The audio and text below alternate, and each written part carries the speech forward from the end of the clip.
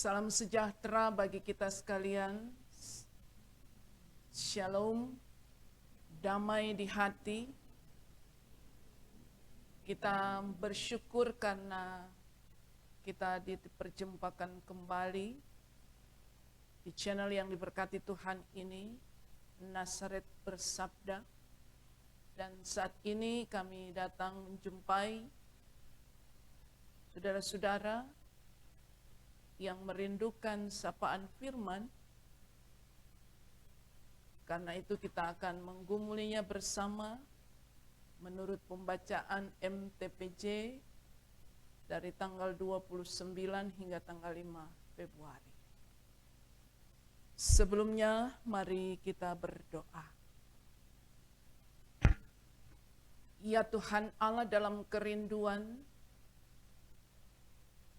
kami mau membagi firman.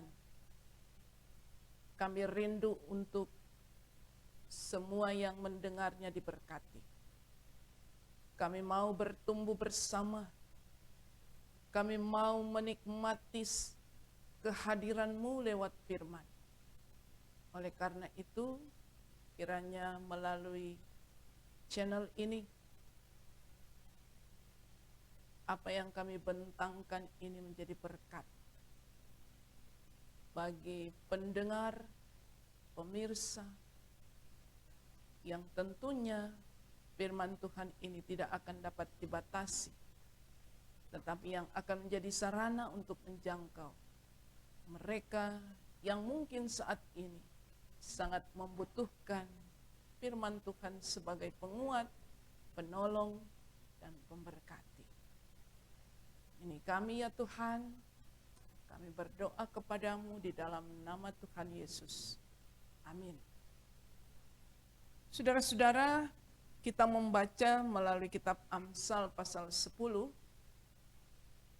ayat 1 sampai 14, tapi saya mengambil bagian yang akan kita baca hanya ayat 1 hingga 4. Demikian firman Tuhan. Kumpulan Amsal-Amsal Salomo. Amsal-Amsal Salomo, anak yang bijak mendatangkan sukacita kepada ayahnya. Tetapi anak yang bebal adalah kedukaan bagi ibunya. Harta benda yang diperoleh dengan kefasikan tidak berguna, tetapi kebenaran menyelamatkan orang dari maut. Tuhan tidak membiarkan orang benar menderita kelaparan, tetapi keinginan orang fasik ditolaknya. Tangan yang lamban membuat miskin, tetapi tangan orang rajin menjadikan kaya. Demikian, saudara-saudaraku yang kekasih, pendidikan mengenai hikmat atau lembaga sekolah yang menyediakan tentang ilmu hikmat, tentu kita tidak dapat menjumpai dalam kehidupan. Tetapi hal itu bukan berarti tidak ada. Karena hikmat kita bisa peroleh lewat pengalaman hidup atau lewat sekolah kehidupan. Saudara-saudaraku yang kekasih, hikmat bagi orang Israel sangat dibutuhkan. Hikmat bukan saja mengajar orang Israel untuk dapat mengabdikan kehidupan, melakukan apa yang seharusnya mereka lakukan. Tetapi hikmat juga yang mau mengajarkan kepada orang Israel bagaimana hidup takut akan Tuhan. Bagi orang Israel, pendidikan yang pertama dan utama dimulai dalam keluarga. Karena itu, seorang anak lewat didikan orang tuanya akan menjadikannya dua pilihan, bijak, berhikmat, ataukah bebal. Saudara-saudaraku yang kekasih di dalam Tuhan. Karena itu seorang ayah dan ibu sangat menentukan kehidupan seorang anak. Guru pertama yang akan mendidik anak-anak adalah orang tua. Amsal pasal 1 dikatakan seorang anak yang bijak mendatangkan sukacita kepada ayahnya. Tapi seorang anak yang bebal mendukakan ibunya. Kata bijak mengandung pengertian bahwa anak ini selalu memakai akal, budi, pengertian yang benar, yang baik, sehingga apa yang dipahaminya membawa dia kepada mengambil keputusan yang baik, melakukan hal-hal yang baik, selalu bekerja untuk kebaikan. Nah, karena itu ketika mereka dibekali dengan hal-hal yang baik, mereka menjadi anak yang mau dinasehati, anak yang bertumbuh dalam kebenaran firman, anak yang takut akan Tuhan, anak yang dengar-dengaran, anak yang mencintai didikan. Nah, mereka nantinya akan mewarisi hal-hal yang baik di kemudian hari.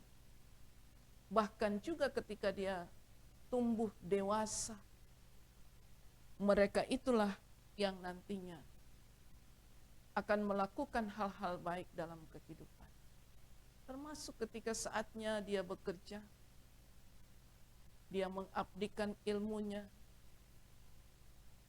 dia mengabdikan apa yang telah diperolehnya dengan pekerjaan. Dia mengumpulkan harta, tetapi dengan hal-hal yang benar. Dia bekerja dengan rajin. Dia sangat menghargai waktu, sehingga dia memperoleh kesuksesan. Tetapi anak yang bebal, mereka yang tidak mau dididik, mereka yang tidak mau menerima nasihat, mereka yang hidupnya tidak mendasari dengan firman Tuhan, maka saatnya ketika mereka bekerja, mereka akan menghalalkan segala cara. Mereka akan melakukan apapun, bahkan hal-hal yang tidak disukai Tuhan, untuk mengumpulkan harta. Mereka tidak menghargai waktu, sehingga mereka jatuh cenderung kepada kemalasan. Waktu yang seharusnya mereka lakukan untuk bekerja, tetapi mereka tidak melakukannya, sehingga mereka tidak memberi buah dan tidak dapat menghasilkan buah. Nah, karena itu bukan tidak mungkin mereka akan menderita, termasuk kelaparan. Orang yang tidak bekerja, yang tidak dapat menghasilkan, tentu sangat sulit untuk mengupayakan diri agar dapat makan. Mereka tentunya akan jatuh dalam kemiskinan. Tetapi mereka yang bijak tahu bagaimana seharusnya mengisi kehidupan dengan hal-hal yang baik, sehingga mereka tidak pernah dibiarkan Tuhan menderita kelaparan. Mereka mengumpulkan harta dengan cara yang benar, lewat kerja, lewat penghasilan yang benar. Mereka bekerja dengan rajin, sehingga dengan tangan yang rajin mereka memperoleh hasil, bahkan juga mereka bisa menjadi kaya. Di zaman yang serba modern ini, di zaman yang teknologinya sudah merambah dalam kehidupan kita. Bukan tidak mungkin itu menjadi hal yang menakutkan bagi perkembangan anak-anak kita. Segala sesuatu yang serba instan, bukan tidak mungkin juga membuat generasi muda kita, anak-anak kita, nantinya menjadi generasi yang instan. Mereka tidak lagi mau berjuang. Mereka tidak lagi mau berusaha. Sementara 10 atau 20 tahun ke depan, persaingan semakin hebat. Mereka yang tidak memiliki ilmu, mereka yang tidak memiliki keterampilan, mereka itulah yang akan menjadi korban dari kecanggihan dan kemajuan dunia yang sudah dipenuhi dengan ilmu dan teknologi. Sebijak-bijaknya lah kita sebagai orang tua membekali mereka bukan saja dari segi materi, tapi juga membekali mereka dengan iman. Teknologi merupakan hasil dari kemajuan, dari kepintaran dan hikmat yang Tuhan berikan kepada manusia. Tapi kiranya teknologi itu tidak meninabobokan kita, tidak membuat generasi bergantung kepada teknologi, tetapi selalu ingat siapa yang memberikan hikmat itu, kepintaran dan kecerdasan. Sehingga biarpun teknologi kita maju, tetapi iman kita yang bertumbuh berkembang tetap meletakkan segala sesuatunya dalam takut akan Tuhan. Karena itu tidak salah memang anak-anak kita beri fasilitas agar mereka tidak ketinggalan dengan teknologi. Tetapi lebih dahulu kita tanamkan bahwa segala sesuatu ini ciptaan Tuhan. Kemajuan yang ada bukan membawa mereka untuk menjadikan teknologi sebagai hal yang utama, tetapi menempatkan Allah yang sudah memberikan kemajuan, kecerdasan sehingga menghasilkan teknologi sebagai satu-satunya Allah yang disembah. Akhirnya pendidikan yang utama yang kita berikan bagi anak-anak membuat mereka selalu menyadari bahwa sebagai anak mereka harus menuruti, mengikuti segala nasihat dan didikan yang membawa mereka ke arah yang lebih baik. Menjadikan nasihat itu sebagai sesuatu yang berguna dalam kehidupan kini tapi juga nanti. Nasihat didikan kiranya janganlah diterima dengan sungut-sungut, keluh kesah, ataupun mengabaikannya. Karena ternyata nasihat pengamsal ini juga mau mengingatkan bahwa anak-anak harus patuh dan taat kepada orang tua. Dan dengan kepatuhan dan ketaatan, pendidikan, ajaran dan nasihat yang bertumbuh di dalam keluarga menghasilkan insan-insan yang berkualitas, yang siap bersaing, yang akan selalu menebarkan berkat, sehingga berguna bagi banyak orang, mendatangkan sukacita, bukan saja di keluarga, tetapi di sukacita bagi hati Tuhan.